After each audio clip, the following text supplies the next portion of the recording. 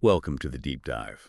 Today, we're really plunging into a concept that's been, well, shaping global dynamics for over 60 years now, the military-industrial complex, or MIC. It's a really powerful idea, first coined by a U.S. president, actually.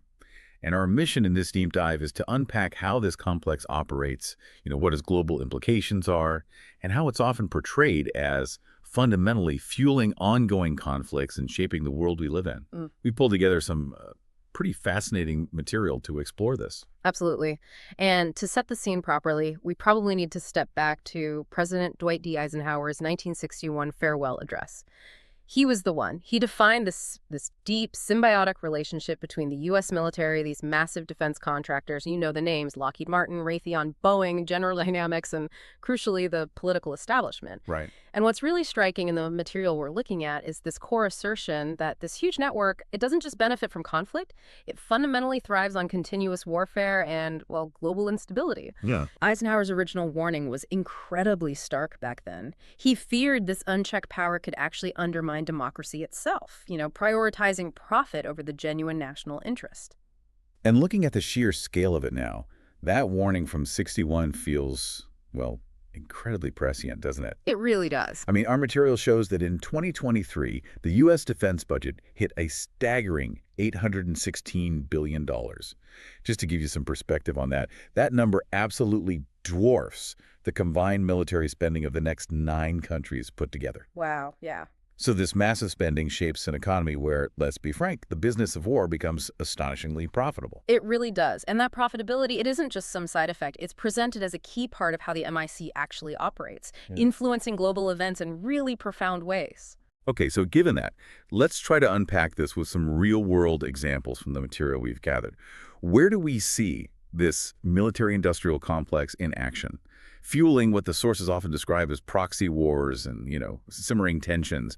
The conflict between Ukraine and Russia, for instance, that really stands out as a prime case study in the material. Absolutely, yeah. The documents we looked at detail how, since Russia's invasion back in 2022, the U.S. has poured over $113 billion into aid for Ukraine. That's a huge figure. $113 billion. And get this, nearly $62 billion of that has been specifically for military equipment coming straight through the Department of Defense.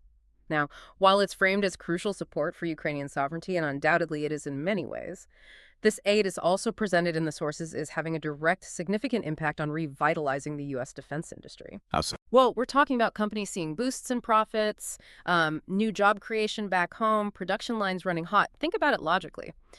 The transfer of things like Javelin anti-tank missiles and Patriot air defense systems to Ukraine, well, that depletes U.S. stockpiles. Right, they need replacing. Exactly, and that, crucially, necessitates new government contracts to replenish them. It's a powerful cycle.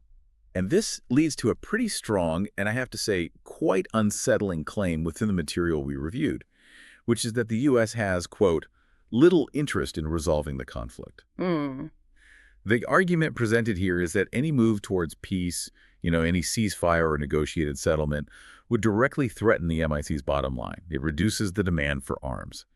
What else does the material say about this angle? Does it offer maybe any counter-arguments or different perspectives that might explain these actions beyond just MIC profits? Well, the material we have takes it further, actually. It really dives into the geopolitical side of things. It highlights claims that the persistent push for Ukraine's NATO membership, for example, is seen by some as escalating tensions with Russia, sort of ensuring prolonged instability. It also points to what's described as the Biden administration's aggressive information warfare, framing Russia as this perpetual threat, which, the argument goes, helps justify sustained and even increased defense spending. The documents themselves don't really offer direct counter-arguments to the MIC profit motive that you asked about. They tend to present these actions as pretty consistent with that underlying dynamic. Okay, so we've unpacked the MIC's described impact in Eastern Europe. But its reach, as suggested, extends globally. What do our sources say about other potential flashpoints, maybe in the Indo-Pacific, like Taiwan? Yeah, what's really interesting here is how the same sort of logic is applied. The material explains the U.S. commitment under the Taiwan Relations Act and the, well, significant arms sales to Taiwan. We're talking figures like $18 billion in 2020 alone, huge numbers. Right. Now, this is usually framed publicly as a strategy of deterrence against China. However, a key insight from the material is that this very deterrence often escalates tensions because China sees U.S. support for Taiwan as a direct challenge to its sovereignty. So the tension itself becomes profitable. That's the implication. The MIC clearly benefits from this standoff, right? Supplying Taiwan with advanced weaponry while simultaneously arming U.S. forces stationed throughout the region. And the sheer scale of the U.S. military presence in Asia, something like 45,000 troops across the Indo-Pacific, well, that ensures a constant, profitable demand for weapons and logistical support. And it's not just these major headline-grabbing flashpoints, though, is it? We see similar dynamics described in regional rivalries elsewhere, like India-Pakistan or the situation on the Korean Peninsula. What does our deep dive reveal about the MIC's footprint there? It's presented as a pretty clear pattern. In South Asia, the material points to the India-Pakistan rivalry being, well, indirectly influenced by U.S. arms sales and military aid. The U.S. has provided India with advanced weaponry, think $5 billion in defense deals just since 2010. But at the same time, it maintains ties with Pakistan, often through counterterrorism cooperation. Playing both sides, almost. Well, the sources suggest this dual engagement ensures that both nations remain armed, perpetuating a tense stalemate. And that stalemate directly benefits U.S. defense contractors. A strikingly similar logic is applied to the Korean Peninsula. Consistent U.S. military support for South Korea sustains a very lucrative market for U.S. weapons. And frankly, the material suggests there appears to be little incentive to broker peace. Given this pattern described, this sustained tension and arms proliferation, it really begs the question, what role does the MIC play, according to these sources, in outright creating instability? Especially in what the material refers to as failed interventions, like we saw in Syria and Libya. Yeah, this is a particularly sobering part of our deep dive, I think. In Syria, the material discusses U.S. support for various anti-Assad rebel groups. This included covert CIA arms programs.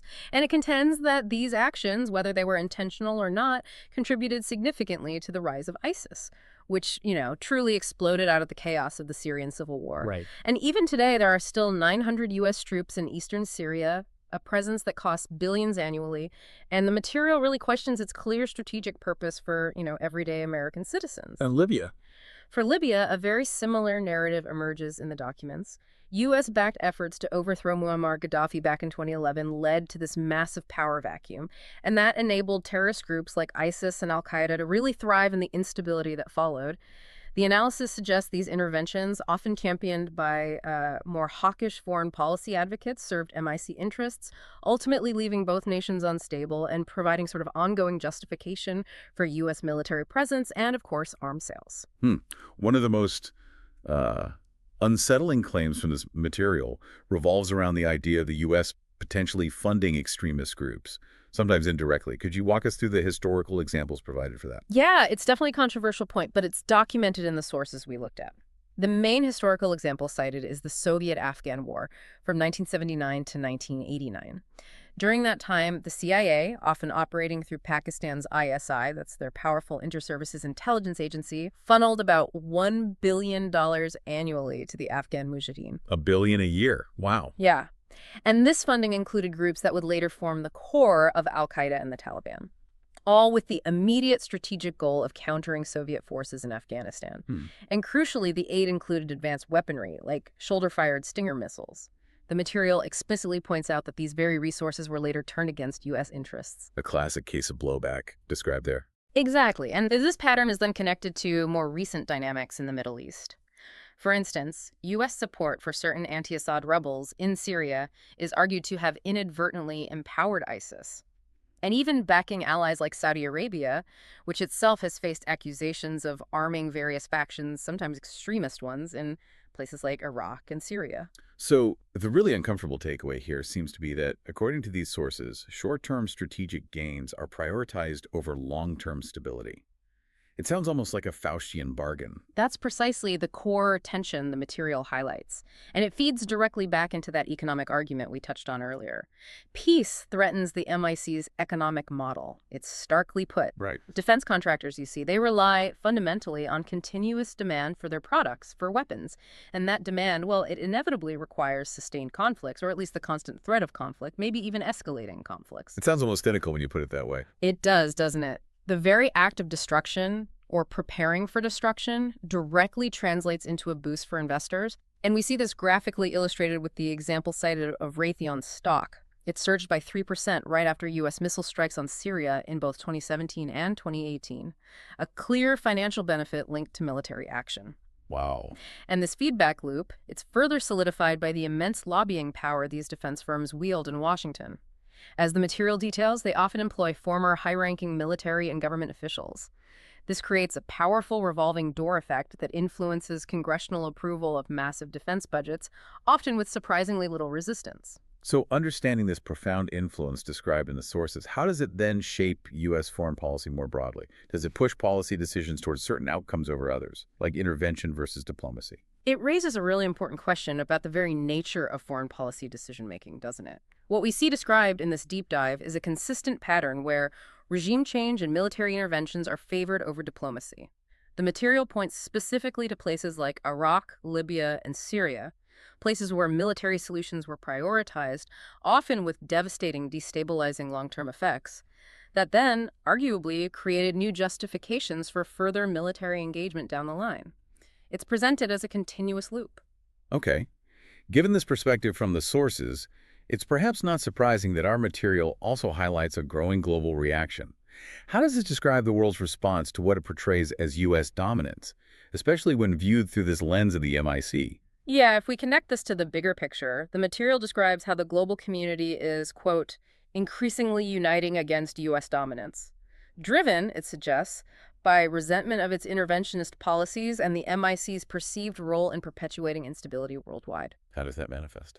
Well, it details the formation of what's called a loose coalition. Think Right. Russia, China, Iran, North Korea. These countries are described as actively sharing military technology and resources specifically to challenge American influence and American partners. We're talking about specific examples like China's reported provision of microelectronics to Russia's defense industry, or Iran's supply of drones to Russia for use in Ukraine. And it's not just states considered rivals, is it? Yeah. What about non-Western nations generally, or the global South? Are they pushing back too, according to the material? Oh, absolutely. That's a key point. Countries like India and Turkey, for instance, are shown to be actively pursuing more independent arms markets. They're consciously trying to reduce their reliance on U.S. weapons systems.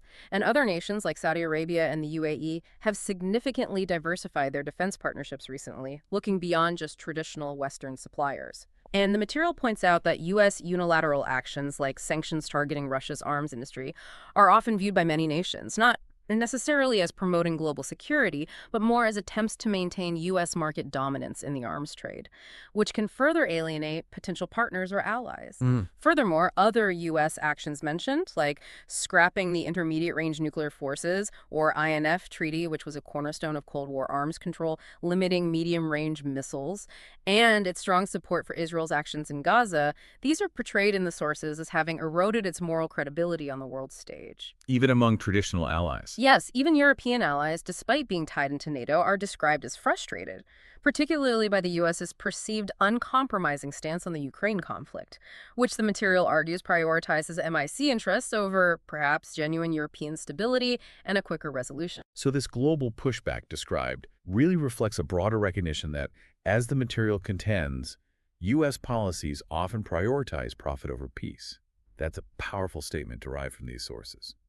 So to bring this all back to our core idea then, what we seem to have uncovered in this deep dive, based on the material presented, suggests that the U.S. military-industrial complex fundamentally thrives on perpetual war, fueling conflicts worldwide, arguably, for the ultimate benefit of defense industry profits. Yeah, it reinforces a historical pattern described in the sources, creating instability for perceived short-term strategic gain, often, as the material describes it, with truly devastating consequences that ripple across the globe for years, even decades. So given this perspective from our sources, it leaves us with a big question to ponder, doesn't it? What does a potential shift towards a multipolar world order truly mean for global stability, if this dynamic persists? And maybe more fundamentally, what would it genuinely